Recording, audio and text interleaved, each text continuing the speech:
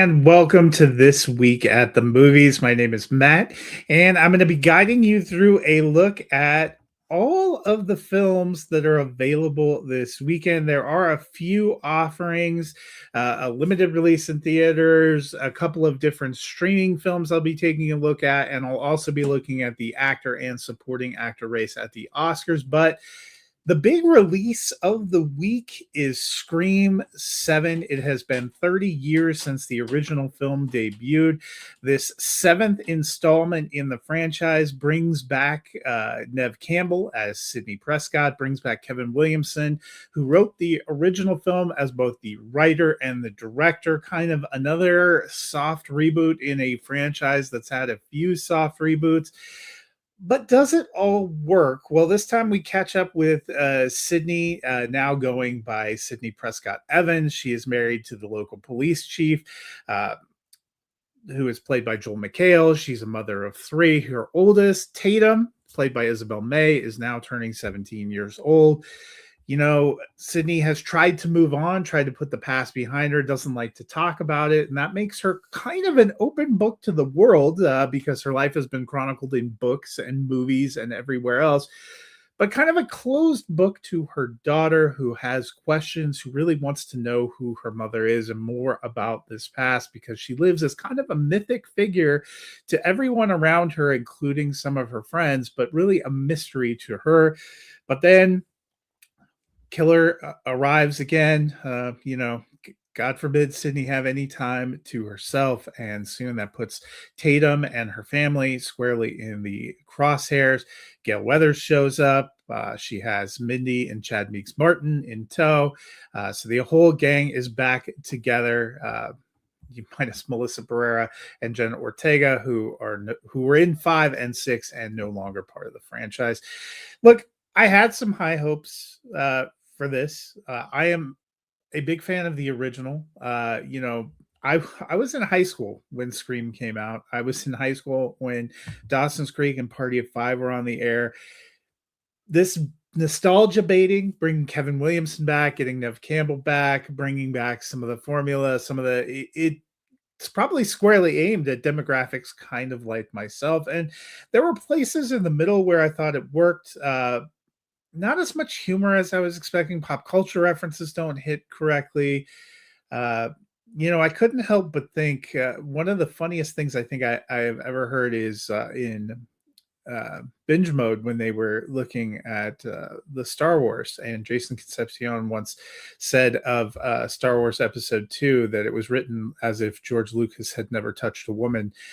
Some of the romantic dialogue from Kevin Williamson in this movie, where he used to write kind of teen romance shows, was awful, and the performance is not incredible. We get to know Tatum a little bit. I like Isabel May, but the rest of her friends were a little bit amorphous. Didn't really have a place here, and they were kind of just fodder for the machine, grist for the mill, which is tough because I like Celeste O'Connor, McKenna Grace. Both of them have been in the Ghostbusters reboot, but just not given anything to do here. Ultimately, though, I was kind of vibing with it until we hit the third act, and the killer reveal was so bad. Look, there was somebody brought a toddler to my screening, which gives me pause. But by the end, I don't know if I was more upset that we were subjecting that child to this level of violence, or that they had to see that poor of a cinematic ending. That's kind of where we ended up. This one getting a thumbs down from me. I don't think it's the worst of the Scream films, but we're going to talk about that in a minute. It's certainly not that great. Maybe it'll make some money. Just kind of a misfire, kind of a mess. There was a part in the middle that gave me hope, but the beginning and the ending were both very rough. And also, this is commentary a little bit about the marketing of these films. Now, they essentially destroyed the cold open in the trailer. They give away all of it. They give away some key action sequences so you know where it's leading and where it's coming. and they give away something that I think would have been a better plot twist if you waited and saw it in the film, and that is that Matthew Lillard is in here. They don't. It doesn't fully give away all the depth to that, but there is a moment when he pops up on screen, and that moment would have hit better if it wasn't included in all the marketing and press for the film and the poster and everything. So that is probably just another note for me. Not that great, but I did promise we would do a complete Scream franchise ranking. If you read Binge Watch on Thursday, I'd ranked the first six. And honestly, I thought about it a little bit more. I've been thinking about it and thinking about it after this film. And I even tweaked where I had some of those six films. So I will give a quick rundown. My number 7 is Scream 2022, which was the 5th installment in the franchise. Look, I just don't like it. I don't think it's a good movie. I don't think that it was well done or clever. It was a slog to get through. And so it is what it is. Number 6 for me is Scream 7, our latest film. As I mentioned, there were some things I liked in the middle, but it really goes off the rails. And the ending is probably has the weakest cold open and the weakest ending of any of the films in the franchise, which is a bad beat. Number 5 for me is Scream 3. I have always typically had this one on the bottom, but I have been thinking about it and thinking about it in context of some of the other films, and I actually bumped it up as just a pure watch. It is more enjoyable to me than Scream 5 or Scream 7. So that's where it is. I still don't think it's a great film.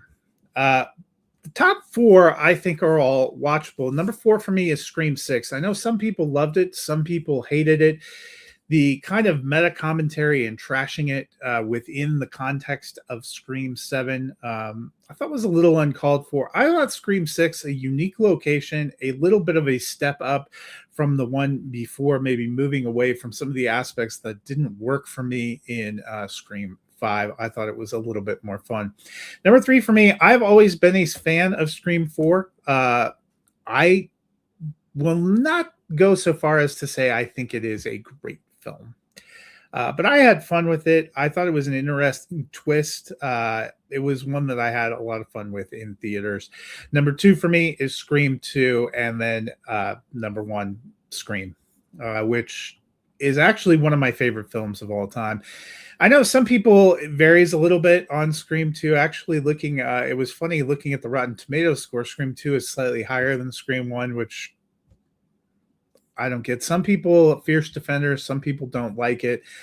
I like them both, but I definitely like the original film. It just works for me with its nostalgia. So Scream 7 is out there. I'm sure a lot of people are going to check it out. Some people might want to skip and ban it because they aren't happy with what went on behind the scenes with Melissa Barrera and Jenna Ortega. I get that too. If you skip it, you're not missing much. Should this be the end of the franchise? Boy, I wish it would be. Will it be the end of the franchise? Boy, I don't think it is going to be. Might be the last time we see Gale Weathers, though. It felt like a very kind of swan songy one for Courtney Cox's character. Some good back and forth with Neve Campbell there, but I wouldn't be surprised if moving forward the focus shifts maybe to a younger generation. But hard to tell. And this could be the end. I don't think it is, but we will see. It's definitely not a film that lives up to the hype. That is not the only film in theaters this week. There is another smaller film called Dreams. This one starring Jessica Chastain from Michelle Franco, who wrote and directed it. It really focuses on a powerful American socialite, Jessica Chastain, who develops a romantic relationship with a Mexican ballet dancer played by Isaac Hernandez. He ends up crossing the border to try to be with her, to have a different life, but it puts some of the things, she's part of the upper crust in San Francisco, in jeopardy. This is a disjointed and at times spiteful film. I don't think either of these characters was great. The third act takes some really dark turns. Uh, they're a little bit too aloof. We jump in media res into this relationship, but it's hard to tell why they like each other, or do they even like each other. This one gets a thumbs down from me. I was interested, whenever you see Jessica Chastain in a movie, I think she is a good performer. I'm not given a lot to do here, nor is Isaac Hernandez. Their characters aren't very good. Rupert Friend is in this, has about 2 or 3 lines. Marshall Bell, the same way, they're the family of Jessica Chastain's character. He shows up in kind of a weird ending to the film. I thought the ending was quite a downer. And for a film that's called Dreams, I couldn't tell what the dreams for any of these characters were. It might have been more aptly called nightmares. And you have kind of an important topic with, it starts out with Hernandez's character making a legal border crossing, trying to get to America to have his dream come true. Immigration, a real hot button issue now. This film doesn't have much to say about it at all, really doesn't touch on it as much as I would have expected based on the trajectory of the film. So just kind of a miss for me. There are a few options on streaming. It's been a big week for Prime Video. On Wednesday, they released The Bluff. This one, a action pirate film. It's set in the Caribbean. It comes from director Frank E. Flowers, who co-wrote the screenplay with Joe Ballerini. The star here, Priyanka Chopra Jonas, who has really kind of found a home, it seems like, on Prime Video. She has the pretty expensive spy thriller that was on there that came from the Russo brothers. Here, she is a famous and vicious pirate captain who is now in hiding, living the quiet life on an island, has a wife and mother, but her old partner, now turned nemesis, Captain Connor, played by Carl Urban, has been looking for her because she not only left him high and dry, but took all of his gold.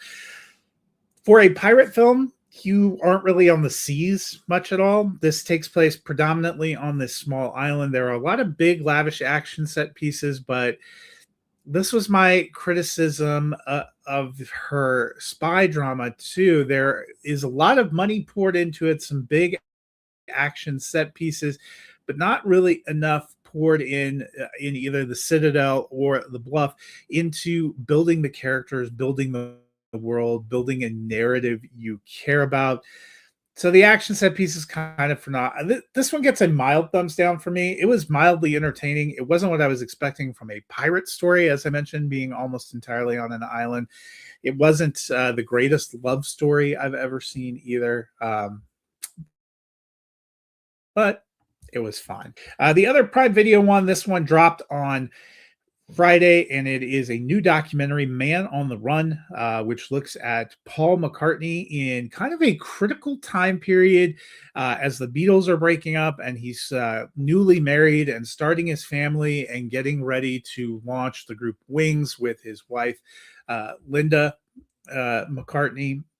This one kind of follows a 10 or 12 year slice of life, looking at the dissolution of the Beatles and him kind of repairing his relationship with his good friend John Lennon. You get a lot of voiceover and narration from his kids and even from John Lennon's son Sean, which was kind of fun. You see Linda, you see Denny Lane, and he also talks in this film. He was the other member of Wings, and it's just a very interesting slice of life.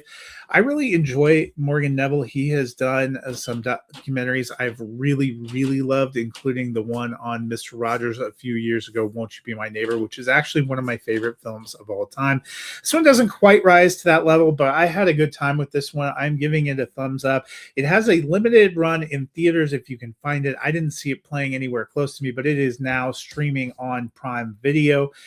So you can definitely go check that out. And if you are a Letterboxd fan, Sir Paul McCartney has joined Letterboxd in part, probably part of the promotion tour for the film. That was kind of fun, but you can go follow him, and he actually put his own thoughts on this documentary and it being released. And I thought that was really cool as well. So Man on the Run, we're never going to get tired of Beatles content, which is good because we still have 2 full years before the four Beatles fictional film come out. But this, a really fun kind of slice of life and look at McCartney right in the immediate aftermath of the Beatles ending and him transitioning to something new.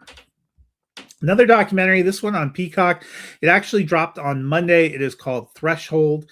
It follows Olympian Jessie Diggins, digs into her story, both on the snow racing track and away from it, puts a spotlight on some of the issues that she faced, including struggling with eating disorders and mental health issues and the toll that it can take on these Olympic athletes. The Winter Olympics obviously wrapped up on Sunday. Monday, we get this documentary to kind of keep that going, but also really, again, shines a light on the struggles and what it takes to be a top level Olympic athlete and some of the pitfalls that you can fall into. I had a good time with that one. Good time sounds rough. It's a little bit of a rough story. I'm giving this a thumbs up, but it is also an inspirational story at times. I thought it was, she was very bold and honest. I like the way that it was put together. Lars and Torsten Brinkma co-directed this film. I thought it was very interesting. Some pretty high profile producers. Pretty quick watch, sub 90 minutes. You can grab it on Peacock and check that out.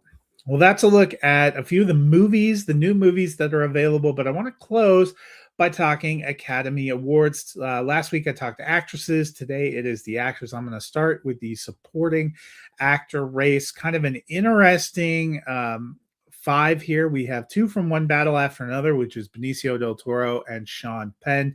Stellan Skarsgård from Sentimental Value, Jacob Elordi from Frankenstein, and Delroy Lindo from Sinners, which was the top nominee getter of all the films. And you want to talk about kind of a wide open race. It really feels like anyone could get the win here. I really enjoyed Sean Penn and Benicio del Toro. They've been among the top for me.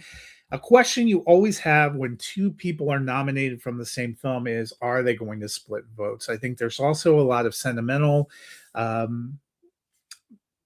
feelings toward both Skarsgård and Delroy Lindo, who are veterans in the industry who have never won an Academy Award. Delroy Lindo gives a very good performance in Sinners, part of a great ensemble there. Stellan Skarsgård, kind of a focus.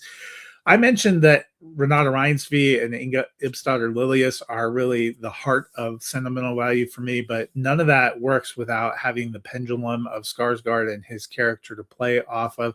And he has some very powerful scenes. He has some very powerful scenes with the other nominee, Elle Fanning. I could see a case for him winning. And Elordi, at some points, has seemed like a front runner. He plays the creature. Probably the more sympathetic of the characters in Frankenstein. Some people have been torn and been more drawn to Oscar Isaac's character, some to Elordi. Again, I think you could make a case for any of them. There are a lot of people that seem to be leaning toward Sean Penn. It would be his third Academy Award, and he is very good, a very kind of bracing villain role in One Battle After Another, which is probably about as good a front runner as you can get in the best picture race. I wouldn't be surprised there. To me, I think it's going to come down to him or Stellan Skarsgård, and I'll be curious to see how it shakes out. But being this close to the awards, I'm feeling like I would not be surprised if I heard any of those five names, and that makes this one of the most wide open categories to me. I've heard people making cases for all of them, and we've seen people do well, pop up, win at different spots. We have the actor awards that are going on this weekend and the PGAs, and then that's pretty much it until we get to the Academy Awards, which are still a couple of weeks away, but we'll see how it all shakes out. Let's talk about the best actor race. The lead actor race, another great field. I enjoyed Wagner Moura, who's the lead in The Secret Agent, a film that is not only nominated for Best Picture, but Best International Feature. Ethan Hawke gives a great performance in Blue Moon, a little bit of a smaller Richard Linklater film. Leonardo DiCaprio, the lead from One Battle After Another. Michael B. Jordan, who plays a double role in Sinners. And then Timothée Chalamet as Marty Supreme. This is another interesting race. I loved Mora. I thought Ethan Hawke was good. I think you can make cases for them, but I think they are probably trailing the pack. It comes down to those other three. And for a while, it seemed like Chalamet was by far and away the front runner and maybe had this locked up, but there have been some shifts, some feelings. Marty Supreme doesn't seem to be a film that is resonating as well with voters throughout this award season as maybe people had thought. It seemed like it was tracking that he was on the same path as maybe a Mikey Madison and a Nora, where it was just going to be this kind of performance that carried through. And it doesn't feel like that film has as much momentum right now, whereas Sinners and One Battle After Another are both hot, and you could see either of those actors. I think it's going to be one of the three. I still think Chalamet probably a small lead if you were talking about front runners and favorites, but I don't think it's anywhere near where it once was.